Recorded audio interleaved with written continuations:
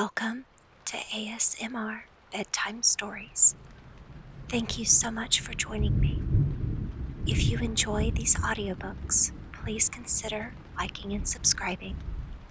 You can also leave a comment to let me know what story you would like to hear next. Enjoy tonight's audiobook. Good night. The Tale of Peter Rabbit by Beatrix Potter. Once upon a time, there were 4 little rabbits, and their names were Flopsy, Mopsy, Cottontail, and Peter. They lived with their mother in a sandbank underneath the root of a very big fir tree. "Now, my dears," said old Mrs. Rabbit one morning, "you may go into the fields or down the lane, but don't go into Mr. McGregor's garden. Your father had an accident there. He was put in a pie by Miss McGregor. Now run along and don't get into mischief. I am going out." And old Mrs. Rabbit took a basket and her umbrella to the baker's. She bought a loaf of bread and 5 currant buns. Flopsy, Mopsy, and Cottontail, who were good little bunnies, went down the lane to gather blackberries. But Peter, who was very naughty, ran straight away to Mr. McGregor's garden and squeezed under the gate. First, he ate some lettuces and some French beans, and then he ate some radishes. And then, feeling rather sick, he went to look for some parsley. But round the end of a cucumber frame, who should he meet but Mr. McGregor? Mr. McGregor was on his hands and knees planting out young cabbages, but he jumped up and ran after Peter, waving a rake and calling out, "Stop, thief!"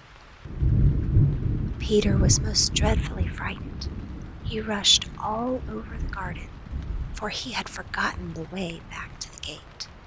He lost one of his shoes among the cabbages, and the other shoe amongst the potatoes.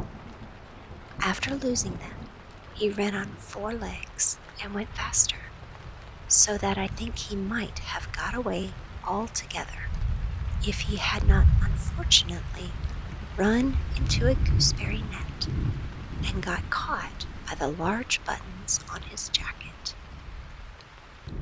It was a blue jacket with brass buttons, quite new.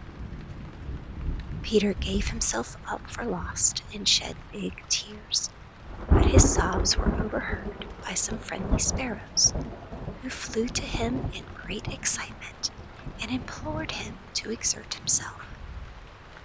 Mr. McGregor came up within a sieve in which he intended to pop upon the top of Peter, but Peter wiggled out just in time, leaving his jacket behind him, and rushed into the tool shed and jumped into a can. It would have been a beautiful thing to hide in if it had not had so much water in it.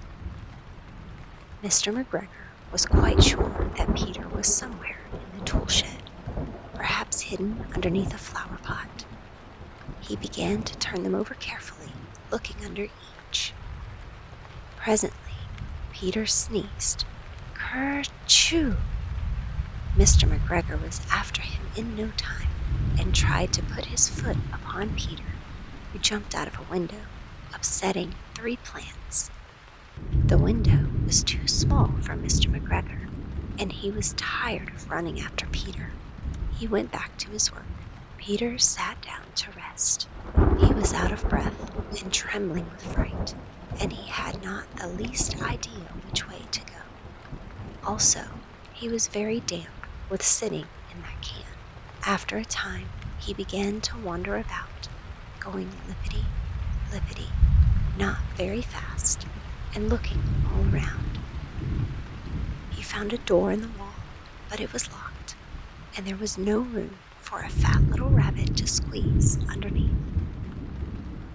An old mouse was running in and out over the stone doorstep, carrying peas and beans to her family in the wood. Peter asked her the way to the gate, but she had such a large pea in her mouth that she could not answer.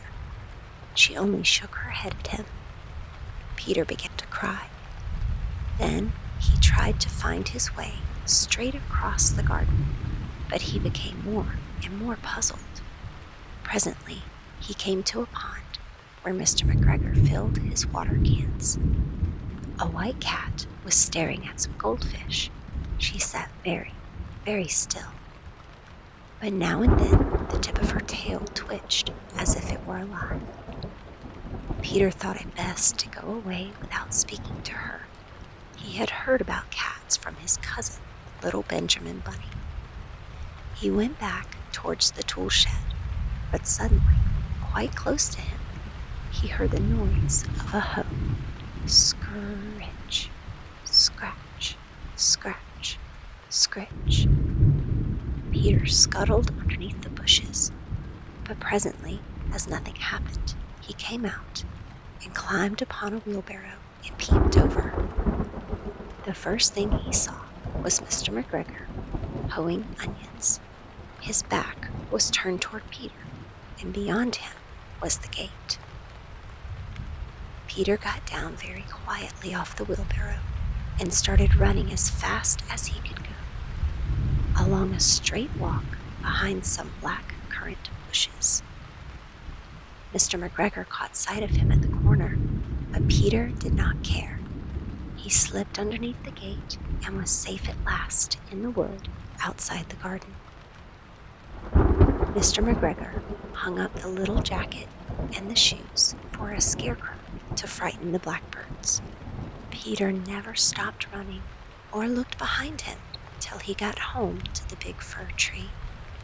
He was so tired that he flopped down upon the nice, soft sand on the floor of the rabbit hole and shut his eyes. His mother was busy cooking. She wondered what he had done with his clothes. It was the second little jacket and pair of shoes that Peter had lost in a fortnight.